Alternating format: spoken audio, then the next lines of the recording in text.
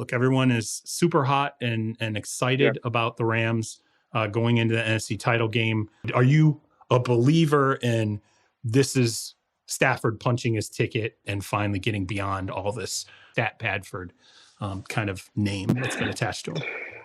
All right. So great question. I'm not going to play the what if game on the Tampa Bay game because they did go up. They won. Tampa Bay had its flaws. Like the NFC was an inherently flawed conference all year. Right. There was no Bills. There was no Chiefs. I'm not too concerned about either of these teams. What I'll say is that the Rams have more talent. And at some point, that just wins out. There's a Kirby Smart quote I used a couple weeks ago. No coach can out-coach recruiting, can out-scheme recruiting, right? At some point, the fact that you have 10, 12, 13 more great players than the team that you're playing, that tends to matter on the defensive side of the ball. In fact, they have a better quarterback. They're built differently than the 49ers, and they still have the same level of talent.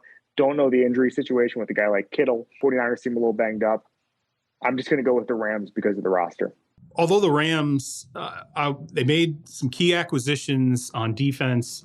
Ramsey's, Mike Evans burning him aside. Ramsey obviously is playing at a high level. They're getting stuff out of Vaughn. If I was like, hey, make a case for like a team, winning out, the Rams like beating the 49ers, win the Super Bowl, the case I would make is the front end of the defense when you're talking about what Aaron Donald does, Leonard Floyd, Von Miller. I would say the front end of that defense has an ability maybe to affect the game the way Tampa's front end of the defense did in its stretch last year. And so it's sort of while they got hot at the right time, they completely disrupted what the Chiefs or Bengals are doing or whatever. They completely disrupted the line of scrimmage.